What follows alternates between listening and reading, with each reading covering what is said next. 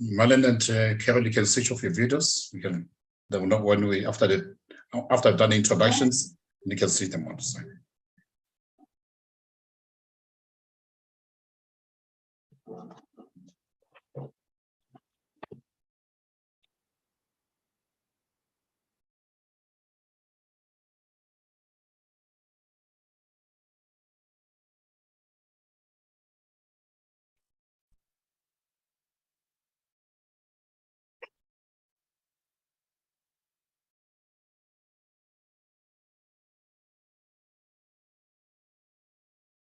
As dawn breaks over Johannesburg, the busiest city centre in Africa hums to life as hundreds and thousands of South Africans stream into the city to chase their piece of the golden dream.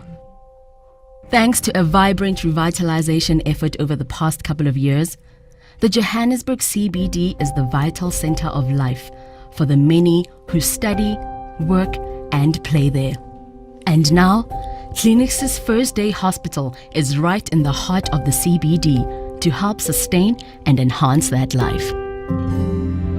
So Clinics has got the longest history in the country of providing a platform for black professionals in particular to be able to deliver care in the private sector. And our oldest hospital in the group, Dr. S.K. Matseke, has been doing this since 1985, and we have got a great experience, and we have got a large network of specialists across our facilities who are highly skilled in the different disciplines of medicine. We are really in a very good position to be able to make those skills and expertise available to the communities and the people who work and live in and around the Joburg CBD. For more than 30 years, the Clinics Group has been striving to identify opportunities and meaningful ways to pay tribute to our founding fathers who epitomized the concept of black excellence from the start.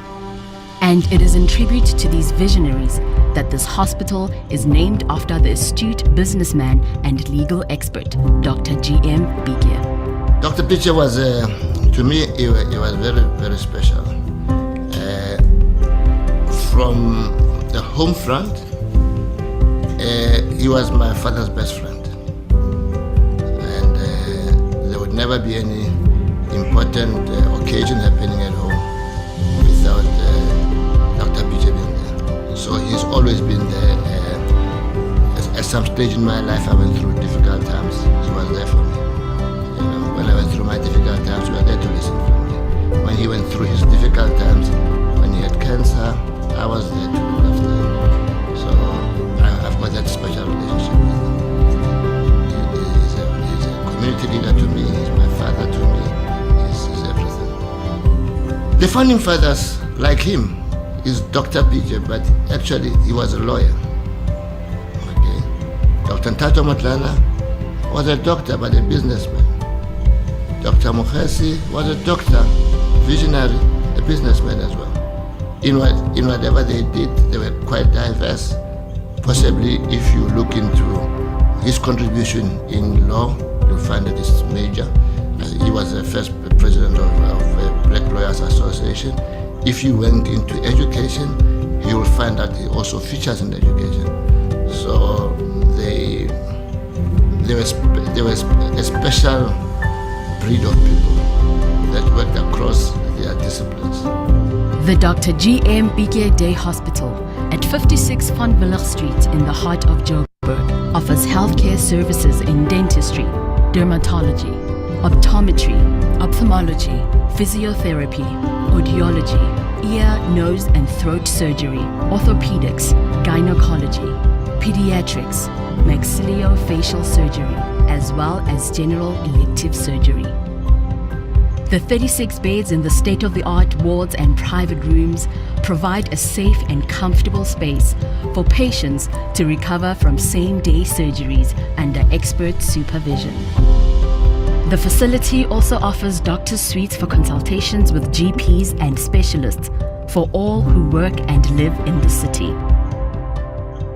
For the convenience of all its patients, the Dr. G.M. Bike Day Hospital offers safe and secure parking and the use of a courtesy shuttle service for patients who need to be transported between other clinics' facilities.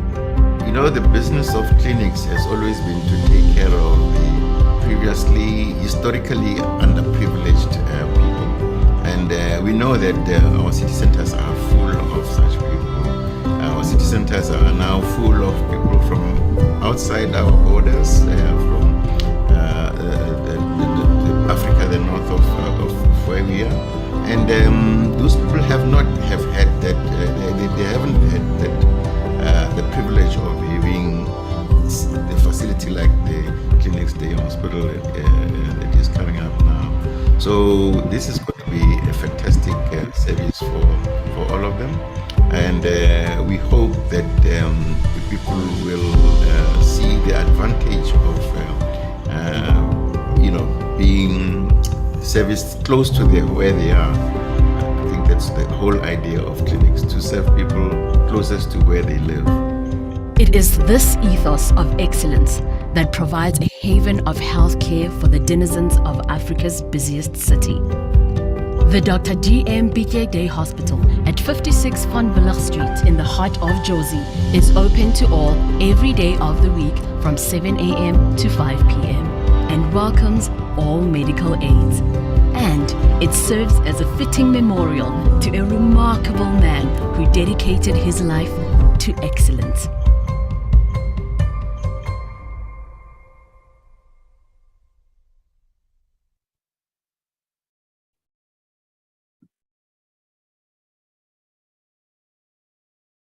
Good evening and welcome, colleagues. It's a great pleasure to welcome all of you once more to our weekly webinars, the clinics webinar that we've been holding since we went on the lockdown at the beginning of the pandemic in 2020. I think it's in one way it was a difficult time for all of us in the world, but in another sense it gave us an opportunity to be able to bring this important messages on medical education and having access to quite a variety of speakers and experts in their own fields within the medical fraternity.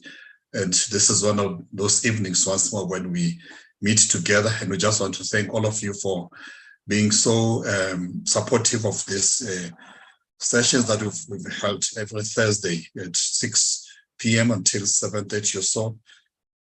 And as usual, we also wish that you've, when you registered, you've given us your full details in terms of your registration and contact details, whether you're with the HPCSA or the Nursing Council or the Pharmacy Council, the Allied Health Professions Council.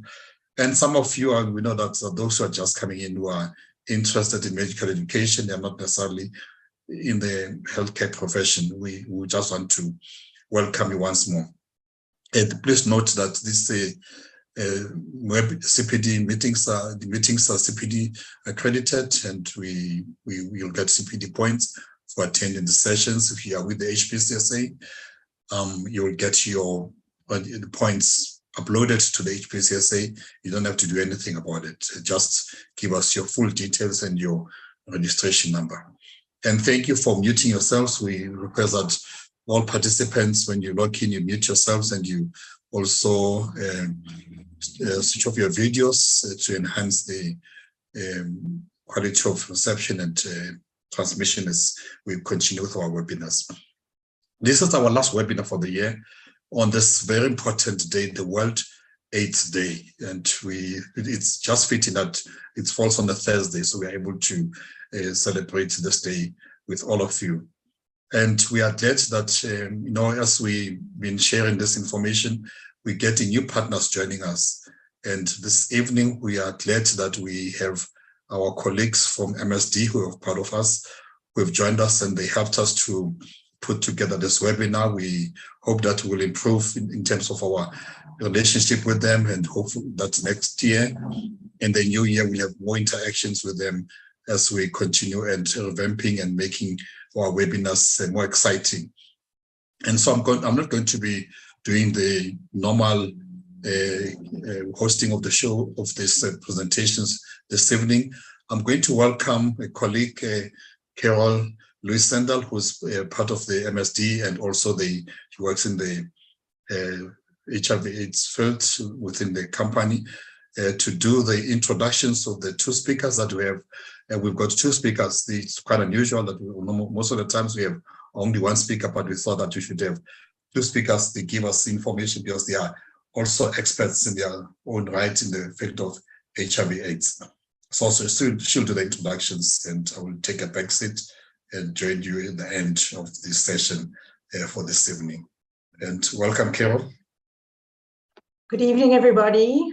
Thank you, Dr. Biller. Thank you very much that we're able to collaborate with you on this, with this special CME, especially on World AIDS Day. It's an honor and privilege to be able to participate. And I think South Africa's making good progress in a lot of the areas towards the 90-90-90. I think we're doing well with being able to test and treat and pick up a lot of patients. We've got challenges in terms of retaining people on treatment.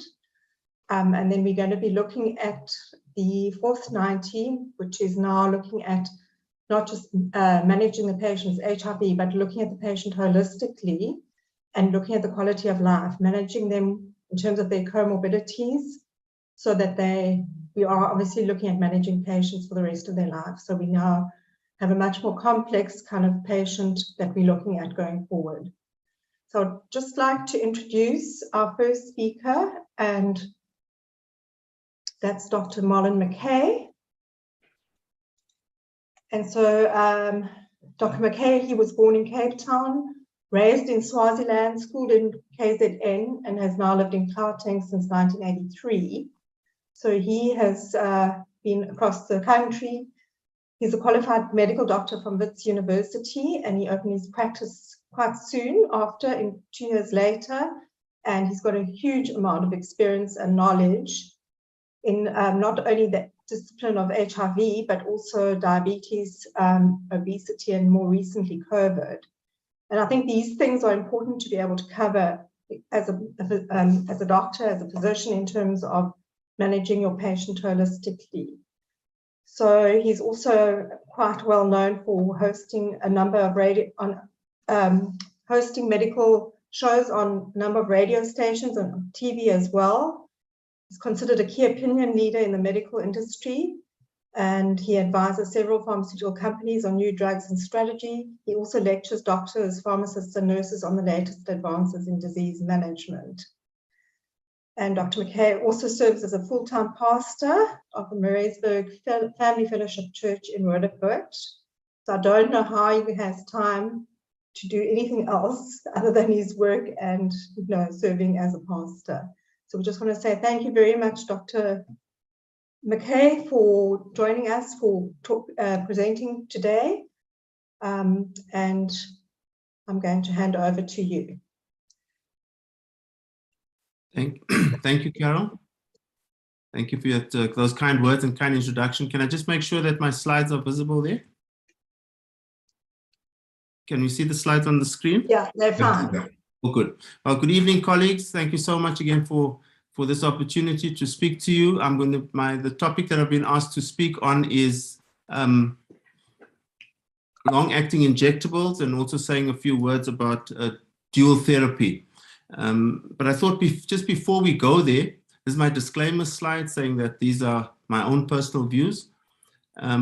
Today is, as we know now, is World AIDS Day, and we are celebrating, I think, the 41st anniversary. And this slide just kind of gives us an overview of where we are.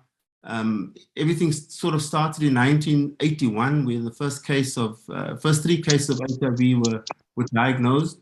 Subsequent to that, it was recognized as a virus by 1983.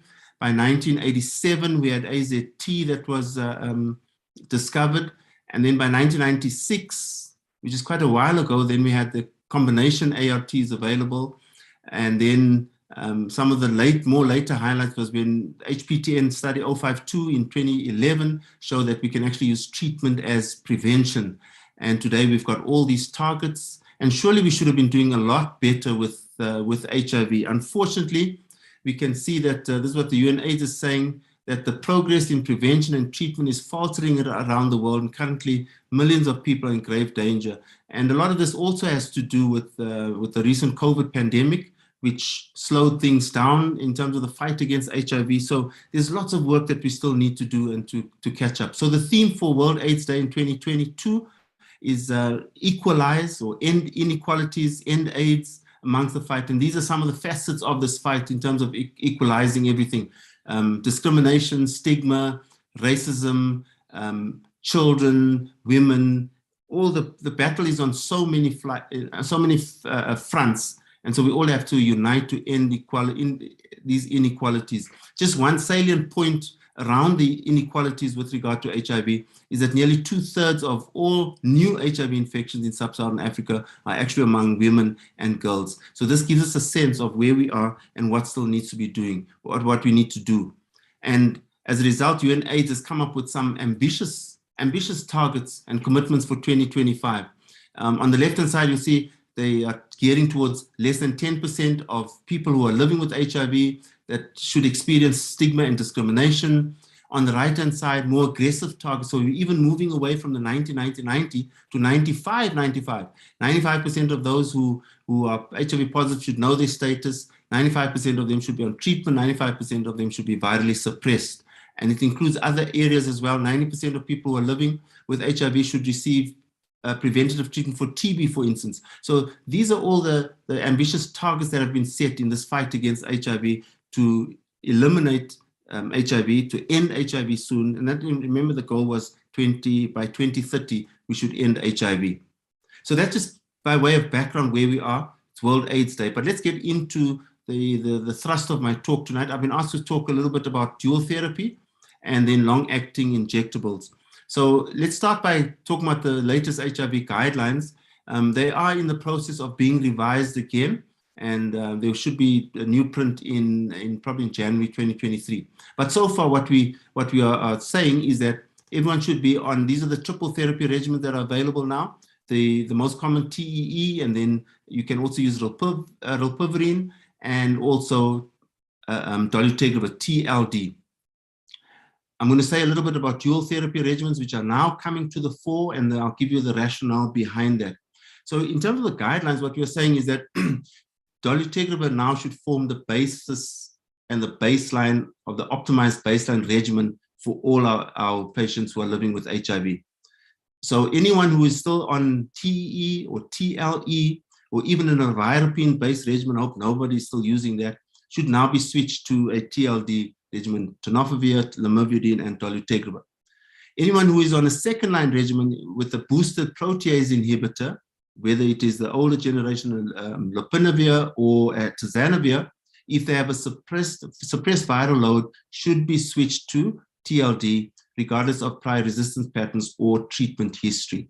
So in effect, the guidelines are showing that virtually every single one of our patients should probably, barring obviously contraindications, most of our patients at this point in time should be switched or should already be on a TLD regimen. And I hope that is what's happening in your practice. So where are we with dual therapy? What is the rationale? As you know, our patients who are living with HIV will require lifelong therapy. They're going to be on this treatment for life. And as we go along with our patients on this journey, more effective treatments are needed, and especially with regard to long-term toxicity. And so as a result of this, 2 drug regimens are now able to reduce the number of antiretroviral drugs that our patients are exposed to. And with that, they can potentially decrease any treatment-associated toxicity and maybe even cost.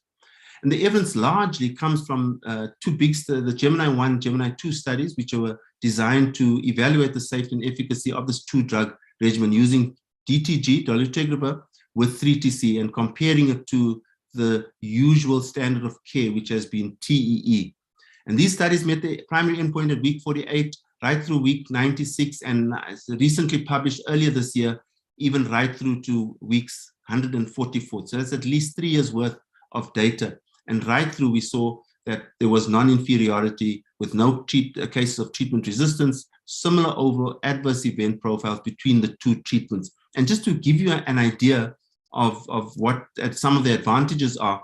You can see this is a bit of a busy slide, but just to show you in terms of certain parameters, the plasma renal biomarkers, so renal function, improve once you use a significant difference between the 3-drug regimen versus 2-drug regimen in terms of plasma renal biomarkers. Ratios of urine renal biomarkers as well, the protein creatinine ratio, there was improvement there.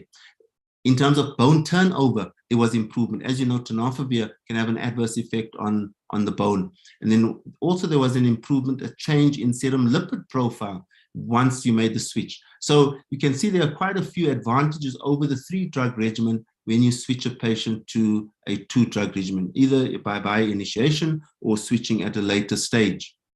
So the conclusion that came from the 144-week study of Gemini 1 and 2, we can see the largest phase 3 trial of any 2-drug regimen, and results right through weeks 144, you see that it is efficacious, there's low treatment emergent resistance, good tolerability compared with the 3-drug regimen. And so these results support the recommendations that a 2-drug regimen can be used first line as an option in patients living with HIV. And you can see most of the international guidelines, DHH, the American guidelines, European guidelines, WHO guidelines, you see there's a place for DTG, the last line there, DTG 3TC, that's dual therapy, as first line in all these guidelines. Now, which patients would you want to, which patients qualify, which patients fit the criteria to initiate on a 2-drug regimen? So number one, your patient must have, and this is based on the studies that were done, the viral load must be less than 500,000 copies, and the CD4 count must be above 200. If any of those values are different, one cannot start the patient on DTG 3TC on dual therapy. Because other tests are needed, it's not really a good idea to initiate same-day treatment with dual therapy. Make sure that you have excluded TB. Make sure that you've done a hepatitis B surface antigen to make sure the patient does not have hepatitis B. And also, please verify that this is a true ARV initiation, not someone who had been on treatment, then defaulted, was off treatment for a number of years or months, and now wanting to reinitiate treatment. It must be a true ARV initiation. So get a meticulous history and make sure about that. Just summarizing what I've said about DTG dual therapy as initiation versus switch. Remember, if there's TB hepatitis, you cannot use a 2-drug regimen. CD4 count must be above 200. Viral load must be below 500,000. Obviously, if you're switching, the CD4 count doesn't matter. Please, with rilpivirine, bear in mind the food requirements must be on a full stomach. And number 2, certain drug-drug interactions, especially with the proton pump inhibitors. So the take-home points, briefly with regard to dual therapy, it's a favorable treatment option, a new armamentarium that we can add to our current drug options. Bearing in mind, patient must have a viral load below 500,000, CD4 count above 200, no hepatitis B, no TB, and no obvious resistance to 3TC or DTG. And the benefits of using a 2-drug regimen for our patients is a reduction in treatment-related adverse events, toxicities. I've shown you the benefits with regard to kidneys, bone, as well as plasma lipid profile. There's reduction in drug-drug interactions, reduction in cost, and also just by virtue of the fact that it's a single pill formulation, does promote a certain level of adherence. So that's dual therapy, and it's something that you can start using in your practice and gain some experience with, and you can see the benefits with that. Just make sure that you are choosing the right patient for dual therapy.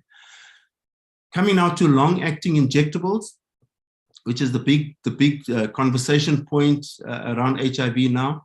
So this is a novel treatment option which has the potential to increase rates of HIV viral suppression. It was first granted regulatory approval in the US January, it's almost 2 years ago now.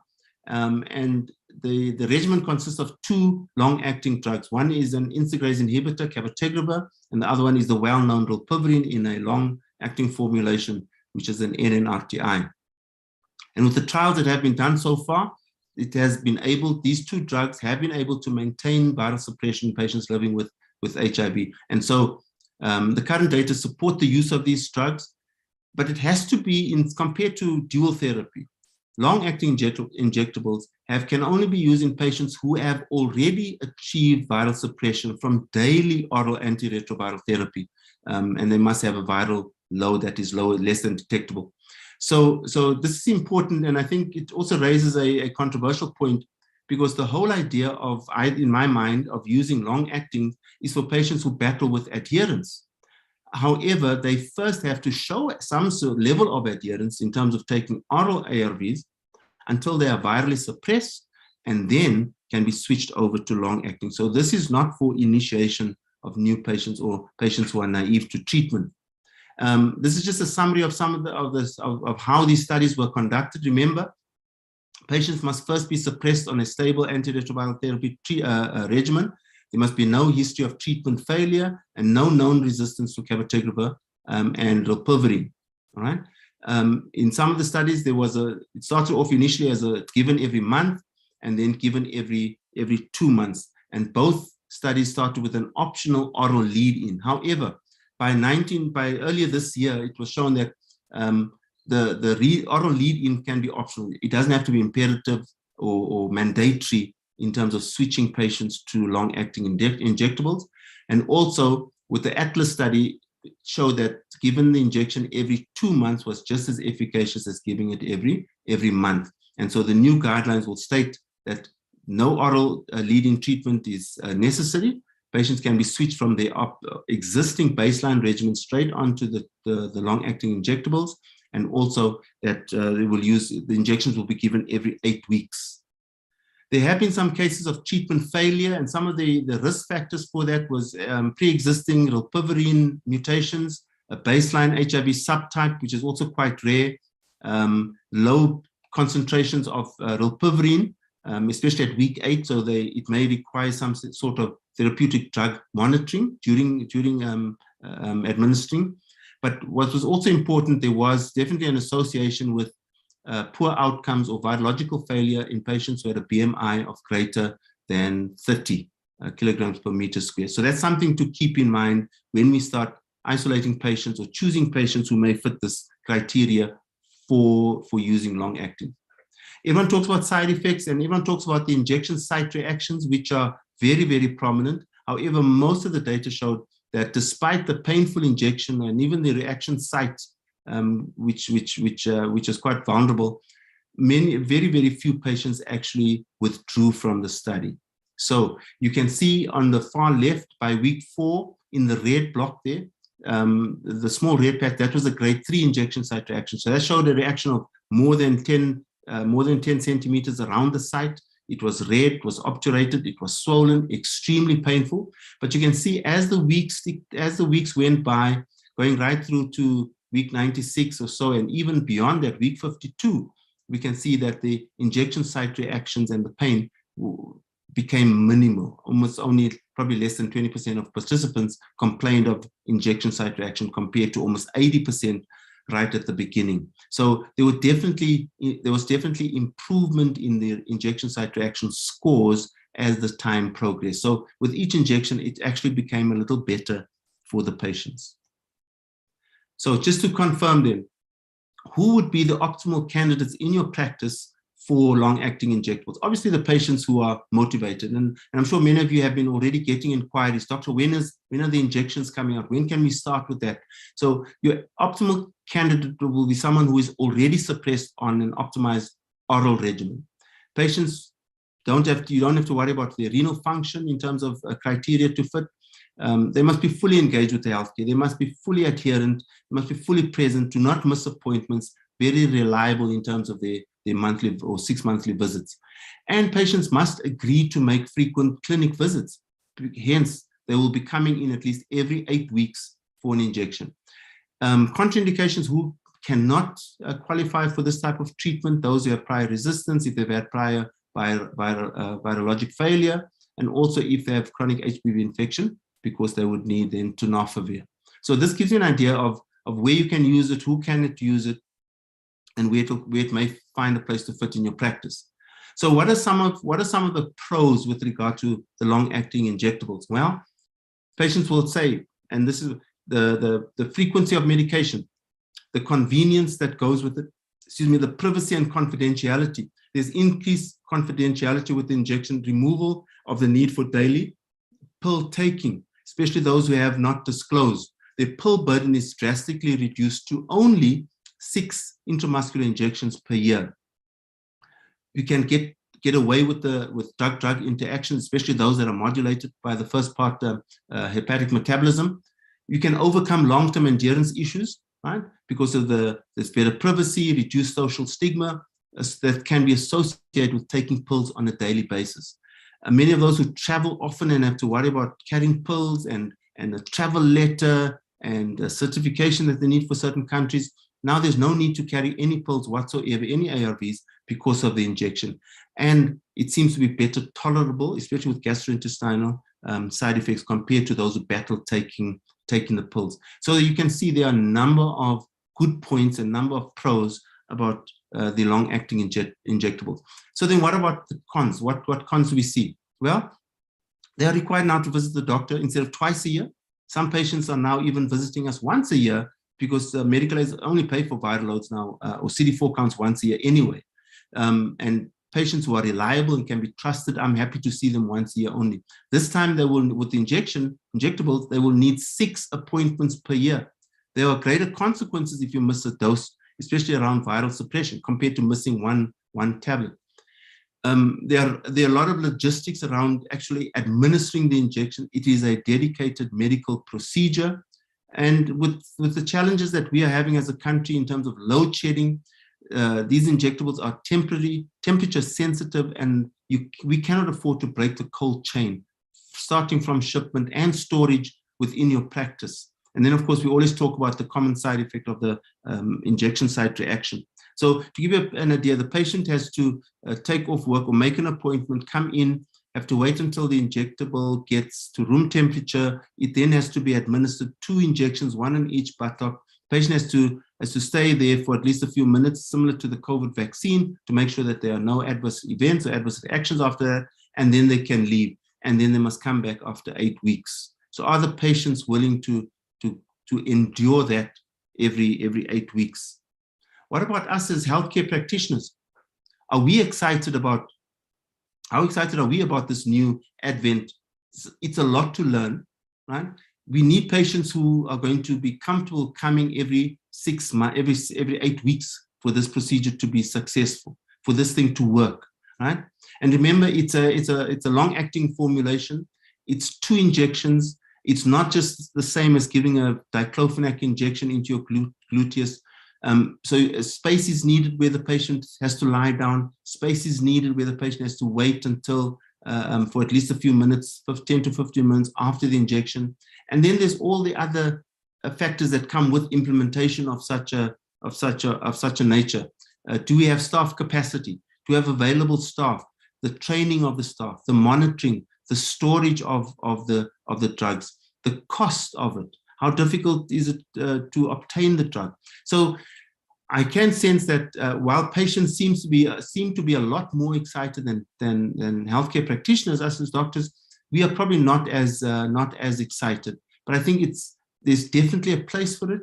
Many patients will definitely benefit from it, as I've given you some of the pros. A lot of patients are waiting on it. So I think we should approach it with an open mind and be ready to receive this when it does become available. So these are the take-home points with respect to long-acting injectables. So long-acting injectable cabotegravir or rilpivirine is the first complete injectable regimen that has been approved in the treatment of adults with HIV who have already, please take note, who have already achieved virologic suppression on an oral regimen. All the phase 3 trials support the efficacy and safety in both males and females. However, we do need additional data regarding the risks and implications of virologic failure. I gave you some of those risk factors. How will it affect the treatment and the outcomes in terms of viral load?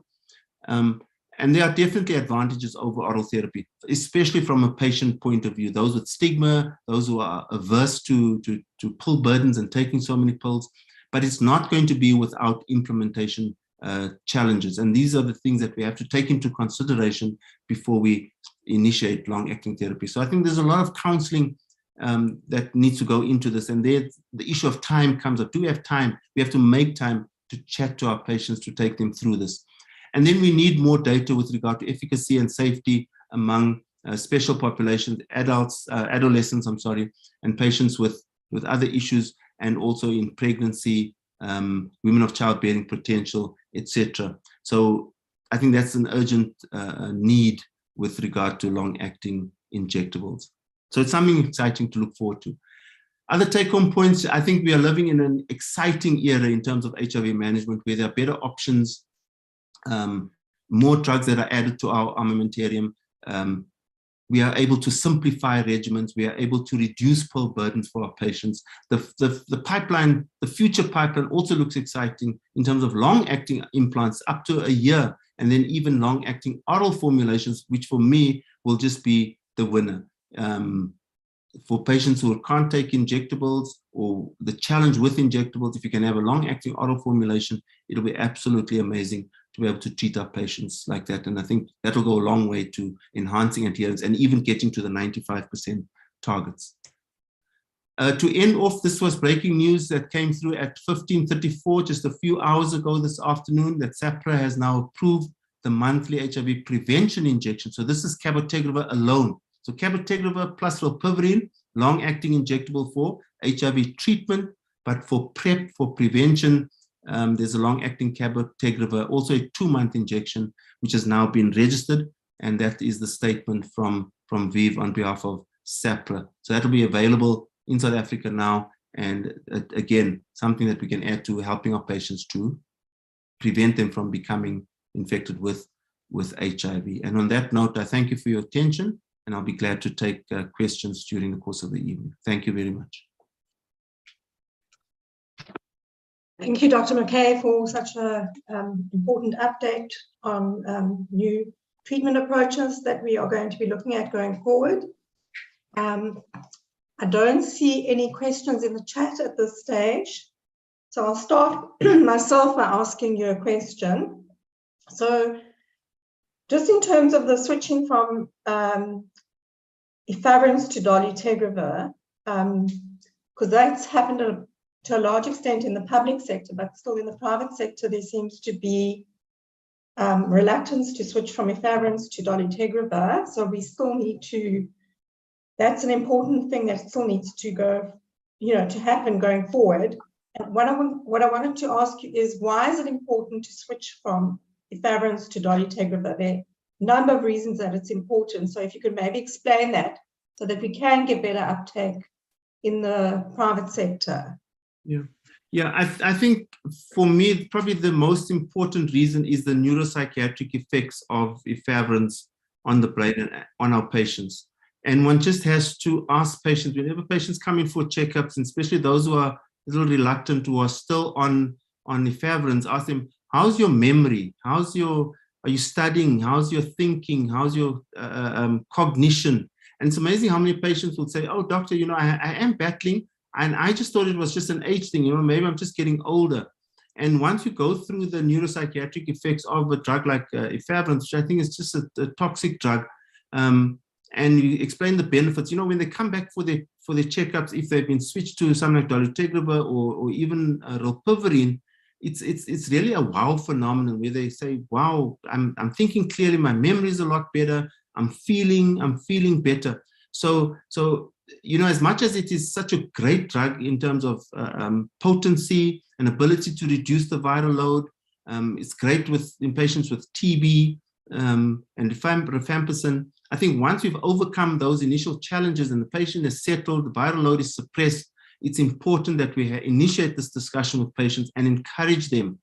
Now, just a lot of doctors will say, yeah, but it's working, there's nothing wrong with it.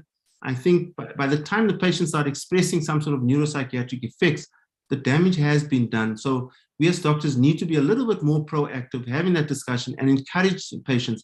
I use the analogy of a car. There are good cars that you can keep forever, but with each model upgrade, it comes with better safety features, comes with better safety profiles. And this is really what you're doing. You're just upgrading your patient's medication to something that is just as reliable, just as effective, but safer and more tolerable for the patient. So we need to be more proactive in terms of initiating that discussion with our patients. Thank you for that great answer. And then just in terms of resistance, is there a potential benefit in terms of, patients that may have some background resistance on the NNRTIs? Yeah, absolutely. As we know, the major problem with NNRTIs is the low genetic barrier to resistance. And once you've gotten resistance, it's a class effect, so it's right across the board. So you're limited in terms of what drugs you can get. Whereas a drug like dolutegravir has such a high barrier to resistance. It's a great drug. It's safe, clean, very robust. And there's another advantage in switching patients over. So you reduce the risk of resistance and treatment failure, virologic failure. Okay, thanks, Marlin. There's a question from the audience saying, thank you, Doc. Will ViiV drop price given how much of a con this is for us down here, particularly? And that's from Lorata Matoba. Yeah, so it's a difficult one for me to answer right now, but I think cost is always going to be a challenge. Cost is always going to be a challenge, but I hope it will be affordable, and I hope the funders come on board so that it is accessible and affordable for our patients. So that will be the next big question. I have no idea of pricing at the moment, but it is available in Botswana and Zimbabwe already. So I think there are some access programs that are already in place, and I'm sure it will come to us as well.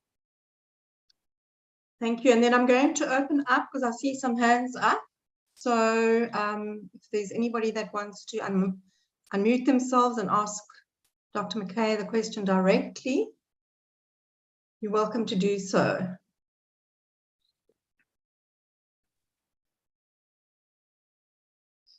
Then there's Umwa Filimeni Atungulu who signed us up if they can unmute themselves.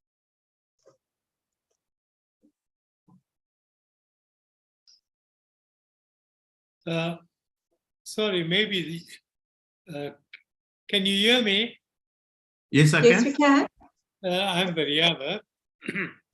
Can you give us the actual price of one of these injections compared to what we're presently giving, which is successful? We have been able to control the viral loads to acceptable levels, and also the CD4 count. Now, most of our patients are in the public sector. And that's where the problem lies. We've got a lot of poverty around, and because of socioeconomic circumstances, they bear the brunt of the whole HIV issue. So clearly, is this worthwhile in our country? Yeah. You raise an excellent point. Just to clarify, the long-acting injectables in terms of HIV treatment, Cabenuva, has not yet been approved. So it's not, as of today, it's not yet available in South Africa. So I have no idea of pricing. But you're absolutely right. What we have, there's nothing wrong with what we have. This is just going to be an option based on patients' preference for something like an injectable. It is not a one size fits all. And I've always said, don't be the first one on the bus, but don't also be the last one off the bus. So there will be a place for it, but definitely not for everybody. And I don't think it's going to come cheap. What we do have works. So let's stick with what we have. But for those patients who prefer, doctor, I don't like tablets, I want to be on an injection, and if they fit the criteria, it will be a viable alternative for them. But I don't think this is going to be something that will replace what we already have, bearing in mind that patients first have to be suppressed on an oral antiretroviral therapy anyway. So it will not be used for initiation, but it will have a small place in our armamentarium in terms of fighting HIV. May I just follow it up with another question, if you don't mind? Sure. The whole, the media reported, this is about a week ago, that at the present moment, 100 women and girls are presenting with new onset of HIV. We also have a national development program wherein by 2030, we hope not to have any new cases. That's part of the national. We also have the United Nations Sustainable Development Goals that's looking at decreasing new HIV completely, virtually. Do you think we'll ever reach that goal? Again, a difficult question to answer. I have faith that we can. It is achievable if we can eliminate this whole inequality that we are talking about. And again, you're right. The data shows from UNAIDS 4,900 women per week are becoming newly infected with HIV. And hopefully, again, with PrEP that's available, we can get there. If everyone who is positive can get onto treatment, get the viral load suppressed, undetectable equals untransmittable. So we have all the drugs available that make it possible for us to reach those goals. It's just making sure that it is accessible to everyone so that they can be on that treatment. So yes, for me, it's not a pipe dream. It's a sincere hope, being involved with HIV virtually every day of my life. And I will never give up on that we can and must achieve that so that we can stop this horrendous epidemic of HIV amongst our girls and young women. But I'm sure you're aware of the 95, 95, 95, that not all groups that had to, present their data were not successful in getting to that.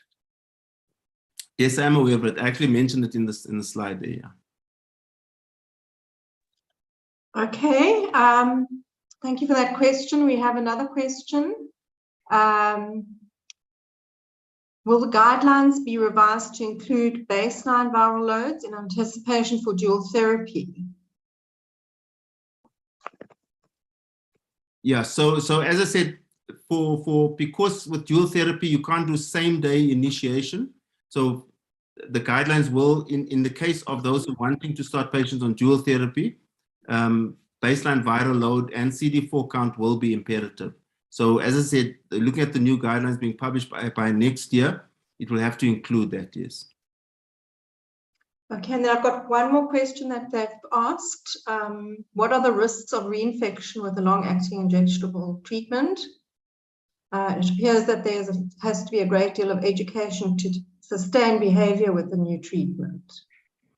Yes, so look, in terms of the data, remember it would not have been approved if it was inferior to existing treatment options. And so once you are on a long-acting injectable and using it correctly and your viral load is suppressed, you are still, you can't get reinfected. Okay, so it's just exactly the same principle applies as if you are on oral medication. It's doing the same thing, suppressing your viral load and protecting you. Hope that answers the question. Okay, thank you very much, Dr. McKay, for an excellent presentation. If you've got any further questions, and if we've got time, we can address them at the end of the session. I'm now going to introduce the next speaker, which is Dr. K. Mahomed. So Dr. K. Mahomed is an HIV clinician. She's been a medical doctor for over 30 years and has been in the field of HIV management for at least 12 years. And her passion is to extend beyond patient care and show her devotion to the training of doctors, nurses, psychologists, social workers, peer educators, and mentors in HIV and TB care. She's the lead consultant at Garden City Clinic, and she also is involved in clinical research, and she takes pride in ensuring that clinical protocols are aligned so that all her patients in her network receive the best care with minimal complications. and any opportunistic infections. So, Dr. Mahomed, it's a great pleasure to have you with us, and we welcome you, and over to you. Thank you so much, Carol, for the introduction, and to Dr. Bila. I just want to make sure that my slides are visible first, so if you'll just give me a moment.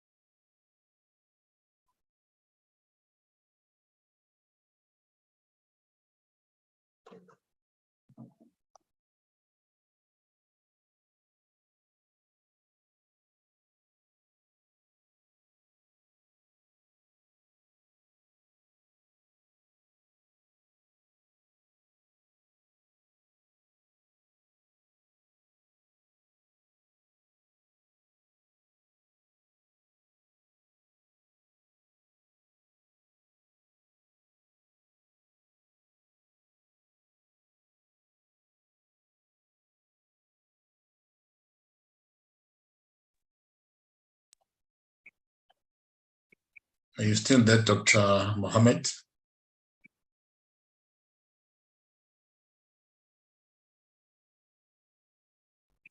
Can we still see Hakamu?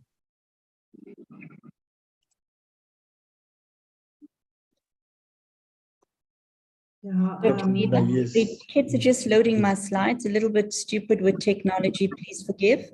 Okay, that's fine. so just if you wanting to load your slides, tap on the bottom screen and you will see a green button which says share screen. So tap on the bottom and you'll see a bottom thing open up with, and then there's a green dot there which says share screen.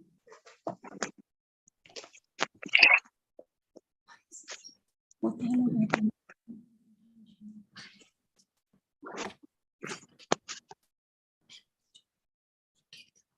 Dr. Bila, just give us a moment, please.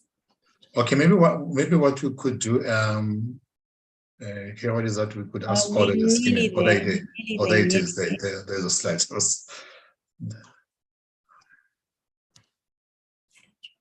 Okay, great. We can see your slide.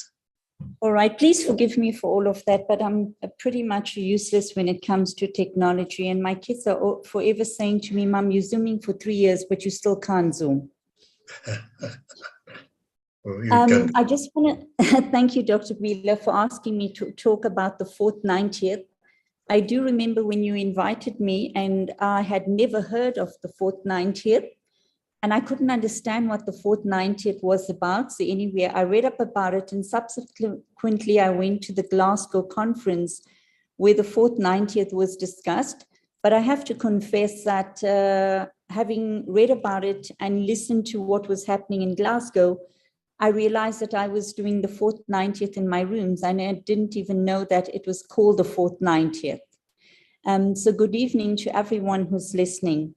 So what I want to say is that we know the World Health Organization has said that there were 3 90s, and this year they've included the 4th 90th. So the first 90 was about 90% of the people needed to be tested. And then following on this, we needed to have put 90% of people onto treatment. And following on this, we want 90% of people to be virally undetectable. And the 4th 90th covers the quality of life. So we're going beyond viral detection. We're now talking about the quality of life and looking at patients holistically. So we want people not only to have undetectable viral loads, but to have very enriched and healthy lifestyles. And it's not just about viral load, it's about good physical, and nowadays the big password is mental health. So I'm first going to start with lifestyle.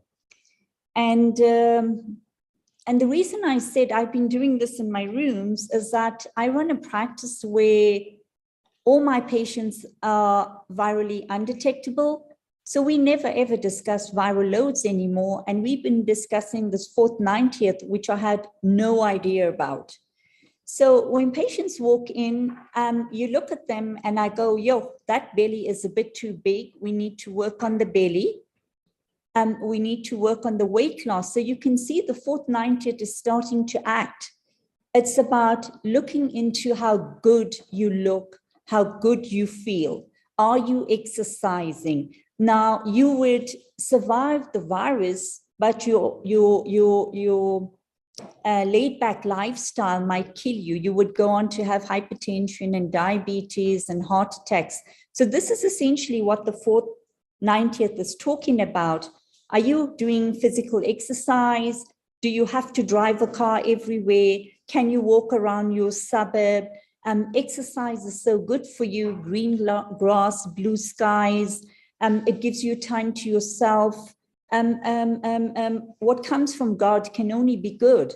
And then we need to look into our stress levels. I mean, no use you doing well with your ARVs and your viral load, but meanwhile you stressed out beyond belief.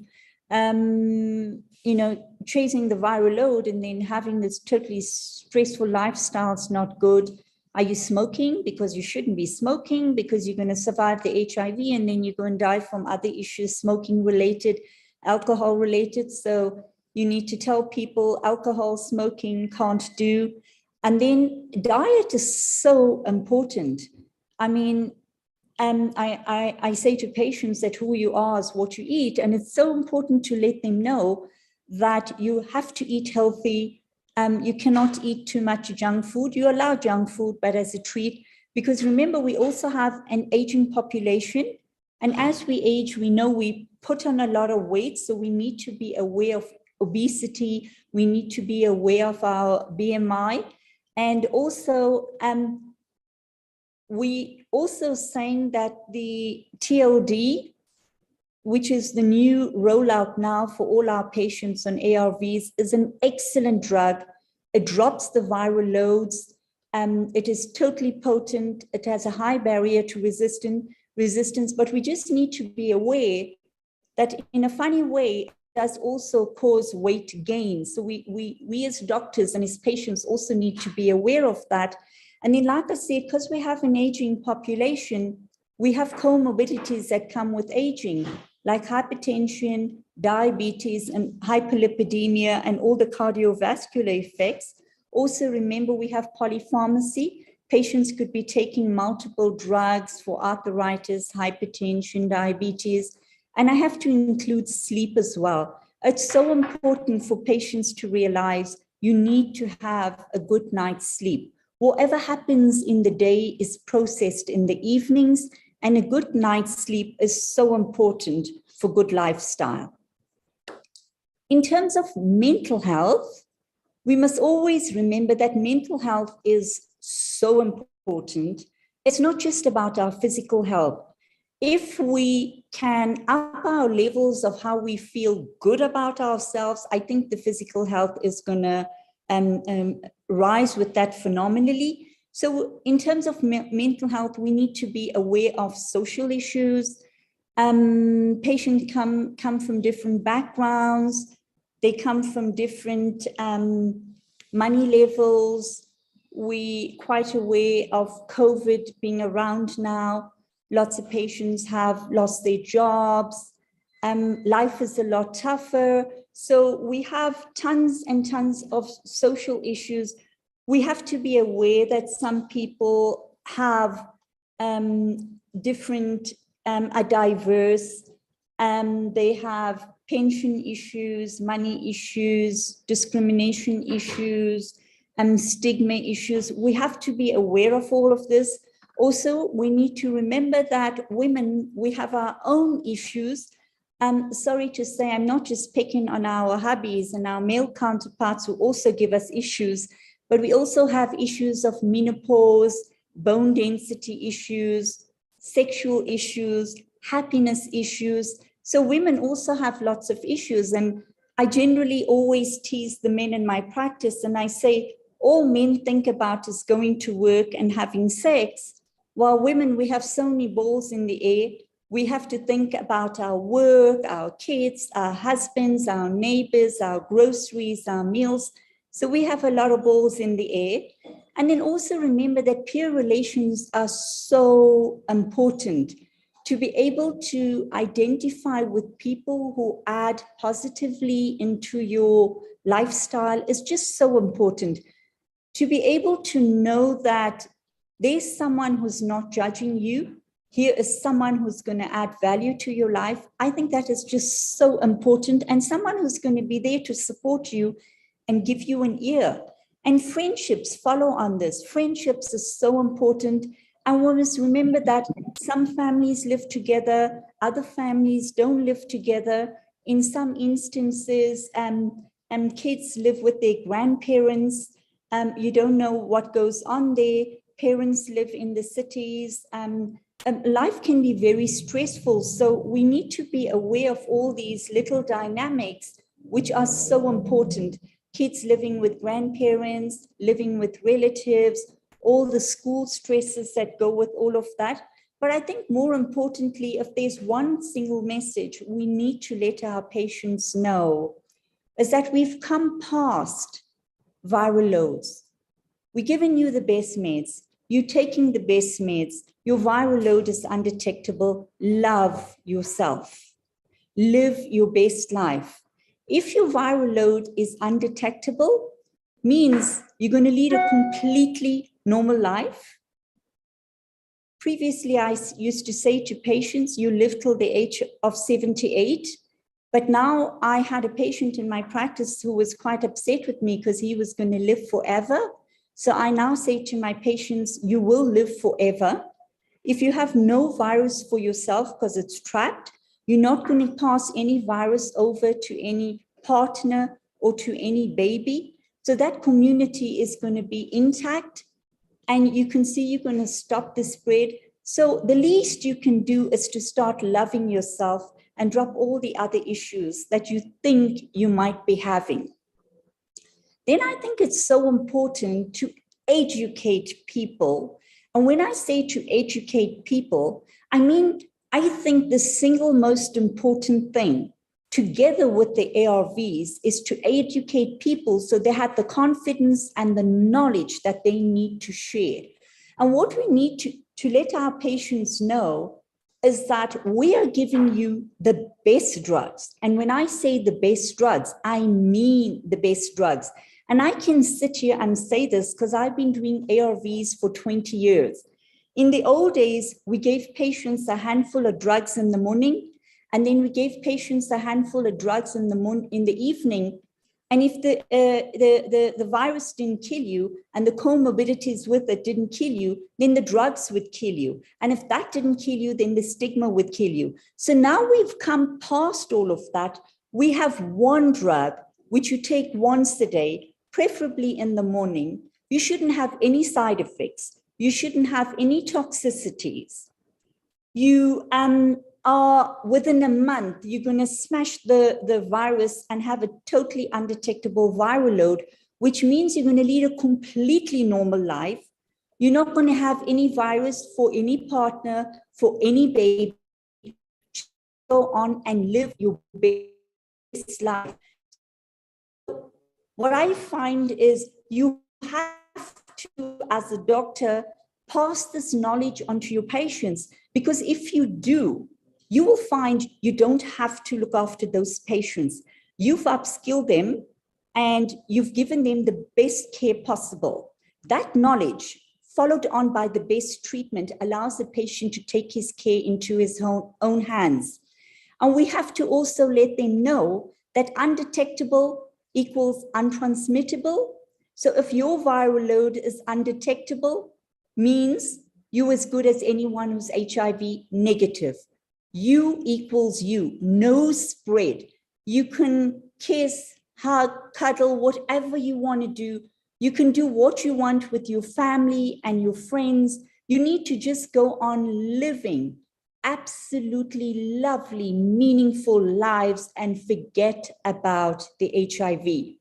In fact, in my practice, we have a little ceremony every time the viral load is undetectable. patients walk to the bin and go, that's it, virus, that's where you belong, in the bin. And they're just so happy. I sometimes wonder myself if my room is an HIV practice, or is it like a modeling agency? Because this is what I see from my patients. They can have as many kids as they like. In fact, initially, I used to have a recipe and I would say to patients, this is how you have babies. And then they would come into my rooms and within 9 months, they're already pregnant again. And I would go, but you're pregnant again. And they would go, yes, doctor, how many children do you have? And I would go 4. So you're allowed to have even 4 kids if you want in my practice. So it has nothing to do with the virus. This is now dependent on whether you're able to afford your kids. And like I say, as for sexual relationships these days, we not only have ARVs for people who are HIV positive, but we have ARVs for people who are HIV negative. So, I mean, you should just be enjoying all your sexual relationships. I know everyone is going to kill me for this, but I am going to say it. Don't let the HIV ever come into the equation.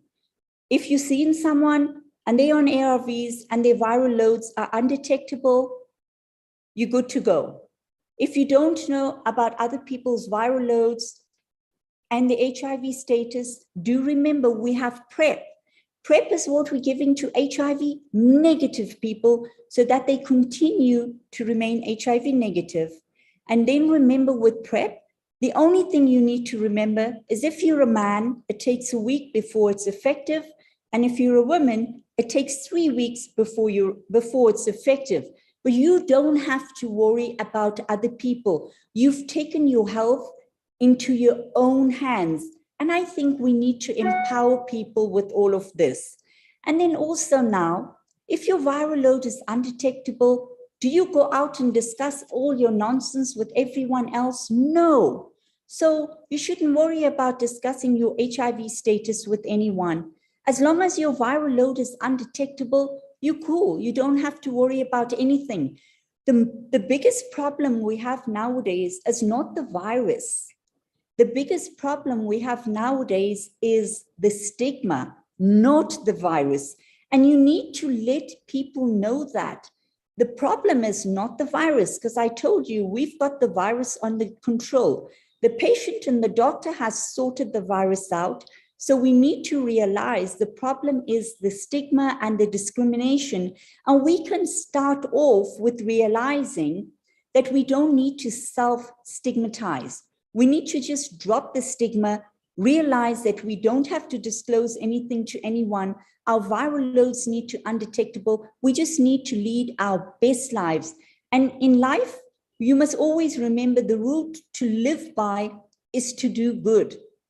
And if you can do good for someone else in whichever way, that is all that is important. In fact, just this morning, I learned such an important lesson in my rooms, and I am going to share it.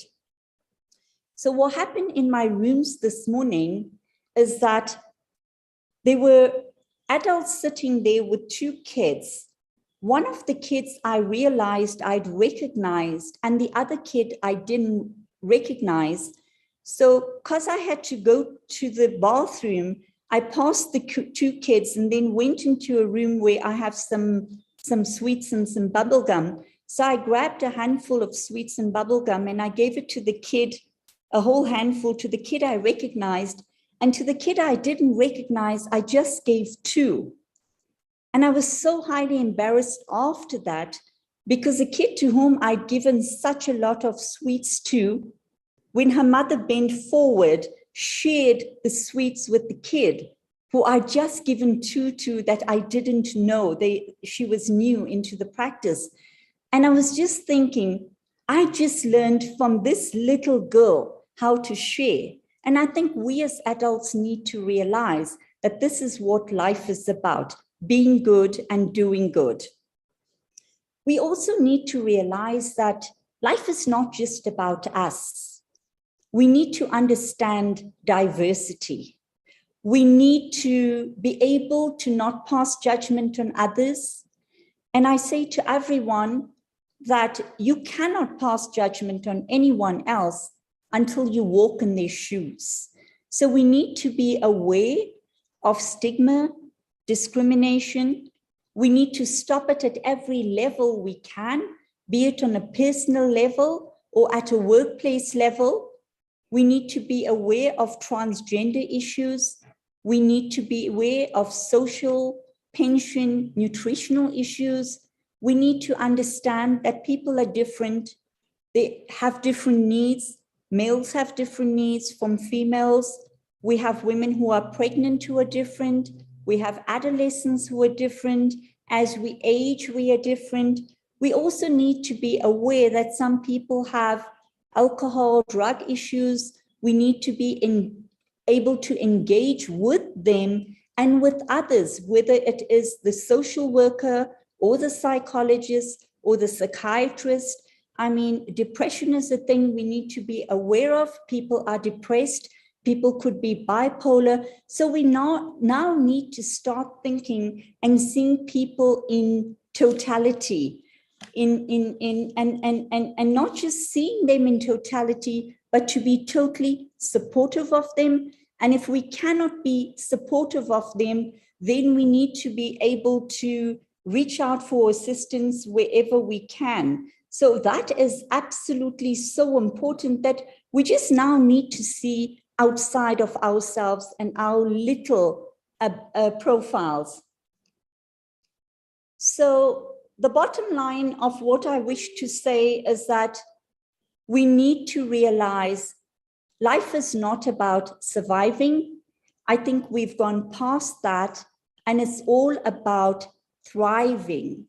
And I know for a fact that Dr. McKay thought that the targets for 95 were very ambitious. I don't think they're very ambitious. I think it's within our reach. And I would like to share with every clinician who's listening in to say, work on what you have. We have wonderful drugs available. We need to pass this education down to people. We need to, once we've passed this education down, ensure that they're doing well. And I think we will reach those targets. And on that note, I would like to say thank you very much for not just allowing me to speak on this, but to be able to up my own knowledge on all of this as well. I'm quite happy to answer questions. And also, Dr. Bila, so that the doctors out there know that if they ever have any issues and needing any assistance, I'm quite happy to share my WhatsApp number so that they can WhatsApp me if they have any clinical issues, and I will help out wherever I can. Thank you very much.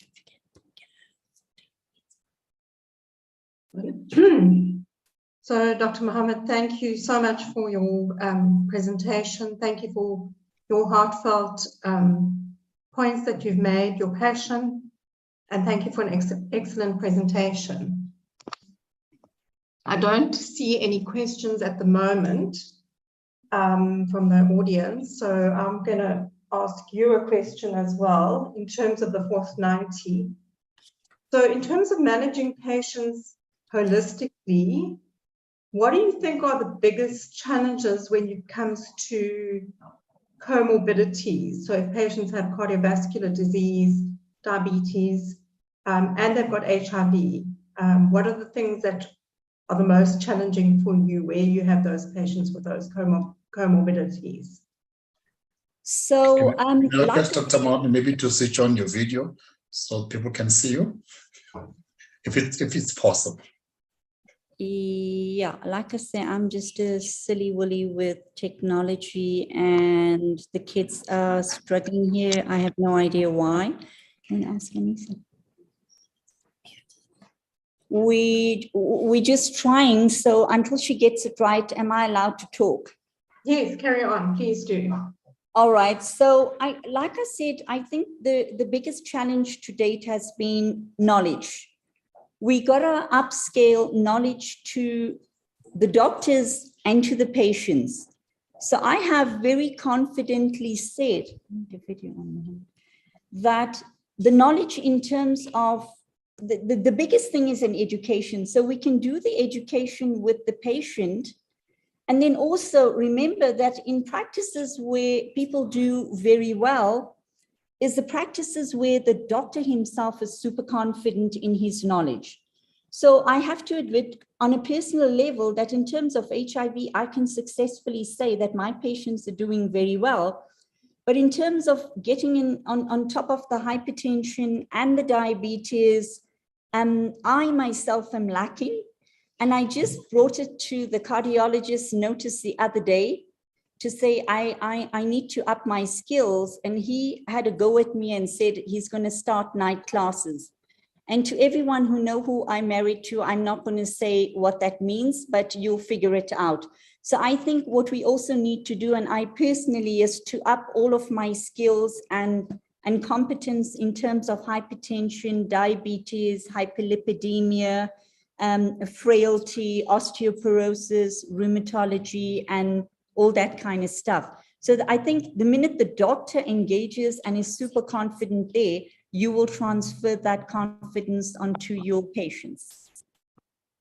We're still battling here with the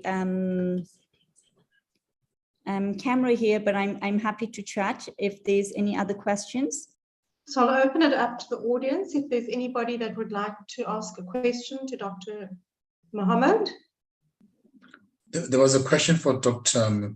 McKay earlier on that before it was sent to me directly. I don't, maybe Dr. McKay, if you can, I just reposted it there. It's if you have if Effexor really gives CNS effects, not much for this last time of taking flood combination can be taken money. I'm not sure if you understand that question. Yeah, I'm difficult. The second part, I agree with the first one. It really gives CNS effects. I don't understand this the second part, but at least maybe it's to do with switching patients to dolutegravir, and then it does become an we advise that you take it in the morning because one of the side effects is insomnia. So, but the nice thing about dolutegravir, it has no relation to meals, can be taken in the morning. It's a good clean drug, very few drug-drug interactions. Is the issue with metformin and type 2 diabetics, which also can be overcome if you keep your dose of metformin very low. But it's such a great combination, especially with regard to it's a high genetic barrier for resistance. But I think the basic point is because of the CNS effects of efavirenz, we should really be proactive in moving our patients away from efavirenz-based regimens. Anybody else that has a question?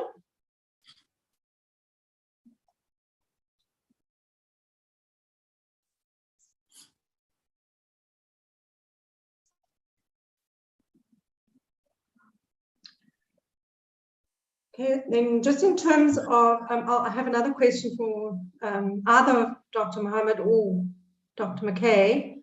So in your patients that are taking dolutegravir, if they have concomitant TB, what is the dosage for those patients? What is the dosage of dolutegravir that you should give for those patients?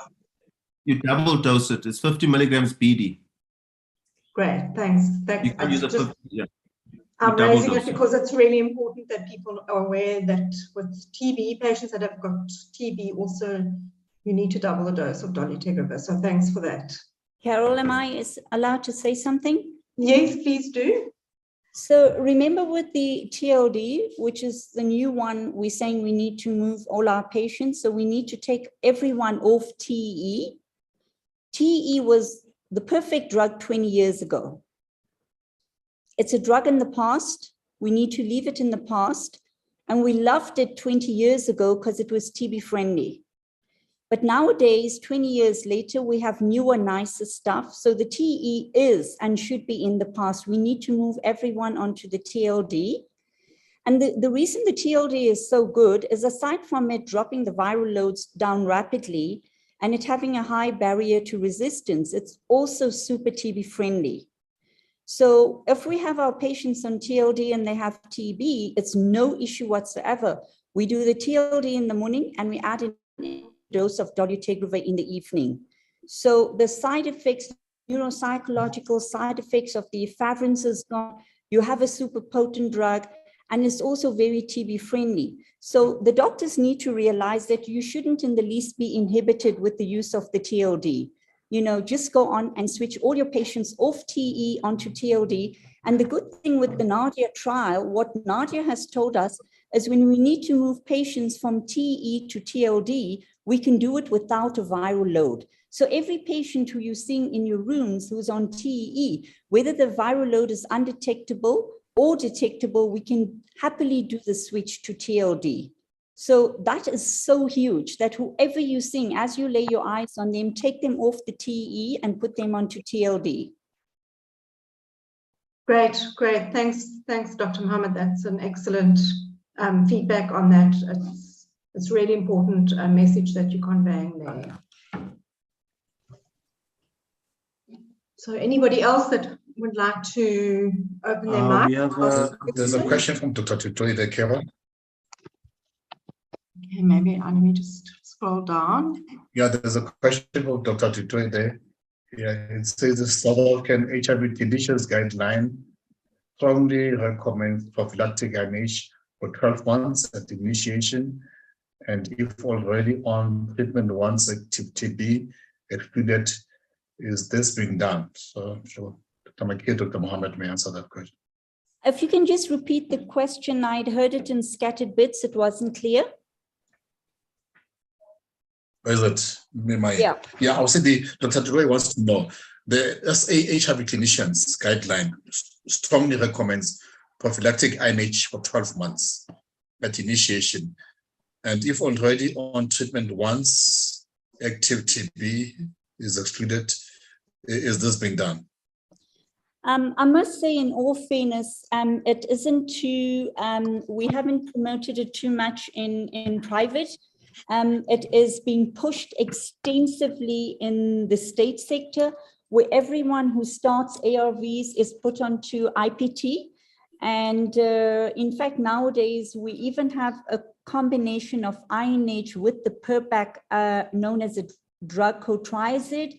So in the private sector, I don't think we're doing it as extensively as it is being done in the state sector, but I think maybe the kind of patients we're seeing are different. In private, we're seeing patients who start off with much higher CD4 counts.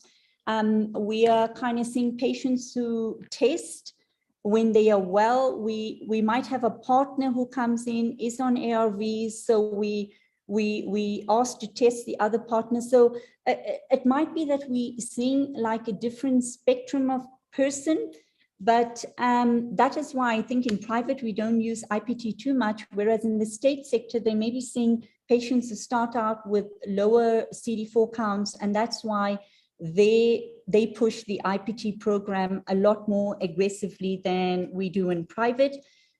So remember, the whole idea with the IPT program as well is to know that the lower the CD4 counts, the more chances patients have of getting ARVs, although we're also quite aware that all patients can get TB at any point in time. But we also need to be aware that if we rolling out IPT with our patients who are on ARVs, never to do IPT, PERPAC, and ARVs all in one go. Always start the ARVs first and follow that with either PERPAC or the IPT program, because if you do have side effects, you need to tease which is the problem. And then IPT is effective for as long as it is given. The day the IPT is stopped, then we lose that benefit of IPT. Thank you. Thank you, Dr. Mohammed. We've got another question. Is weight gain an issue with dolutegravir? I'm going to let Marlin reply to this first because he's a man, and then I would pick up from there because I'm a woman. So I'm going to take it from there. Yeah. So the short answer is yes, it can be a problem. The mechanism by which the weight gain is happening is still being elucidated. I think that will become clear as more and more studies come. But as Kay has already given a clue, it seems to be more common in women, in Black African women, but I do see it across the spectrum, even in my practice. I don't think it should be a deciding factor in terms of switching patients. I think the guidelines still apply, and it's important that irrespective of the patient's body habitus and status, that we should still be switching patients to dolutegravir. However, as with most of our comorbidities and patients who are living with HIV, expert guidance should be given in terms of weight management, in terms of diet and exercise, and all the other things that go with it. That's the short answer. There's a long answer, but for the purpose of time, I'll just leave it there. Thanks. Dr. McKay, am I allowed to have my say? Yes, please do. So I have different vested interests. So because I'm a female, and you know what us females are like, so we have a body conscious and clothes conscious and size conscious. So about 10 years ago, when I worked in state, and in state at the time, the only thing we monitored was viral loads and creats. So we'd never ever monitored liver functions. So when I started private, the lab I used automatically gave me liver function results. And because of that, I would see all these deranged liver functions due to efavirenz. And this is one reason why you need to take all your patients off TEE and move them to TLD, because efavirenz gave us a lot of liver issues, and you only pick them up if you were monitoring them. So at the time, state didn't monitor livers, but in private, I started to pick up all these abnormal liver functions, and I moved all my patients off the efavirenz and I put them on raltegravir, because at the time, that's all we had was raltegravir. And then when dolutegravir became available, I switched them all to dolutegravir, firstly because dolutegravir is more potent, but more importantly, because it's a daily dose, whereas the raltegravir was a BD dose. And all those livers returned to normal. So I do weight checks on all my patients as an index of well-being. And already 10 years ago, when I was using the dolutegravir then in small amounts, I could see these weights going up. And I swear to God that all the patients in my rooms, we do weight monitoring on them. And there is a huge, huge weight issue with dolutegravir and women. So I think dolutegravir is a wonderful drug. It really works beautifully. But I think you need to monitor those weight gains, because weight is a huge problem with the women. And I know the reason I think we are not openly verbalizing this is because state doesn't have another option, whereas in private, we do have another option. We don't have to use TLD, we have TER, and TER is not an issue with weight gain. So to people in private, do remember that if you have women, mainly women, and I'm saying this because I'm a woman and weight is an issue with us women, is that you have another option that doesn't give you the issues of weight, and that is a TER. Whereas TER is not available in state. So the TER, and I think we also sidelining the weight issue, but I think 10 years down the line with the weight and the metabolic issues that are going to go on going forward, we're going to have to up our game with the hypertension, diabetes, obesity, and all the metabolic stuff that go with it, because I'm absolutely convinced that TLD and weight gain is a huge problem in Black females. So do be aware of the weight gain. And if you're in private, do know you have an alternative. Thank you. That was a very important comment. I think that's all for the questions at the moment. So just for me to say thank you very much for excellent presentations from Dr. McKay and Dr. Mahomed. and for your practical aspect. I think that's really, really critical, and just really grateful to have you both on the presentation this evening. And I'm going to hand over to Dr. Biller. Thank you. Thank you very much, Carol. And thanks for colleagues, Dr. Marlin McKay and Dr. Mahomed for wonderful presentations. I think the team participants have been quite excited and happy with all the presentations. And I think it's a fitting moment for us to close this year and having two great speakers and talking about the important subject of HIV/AIDS.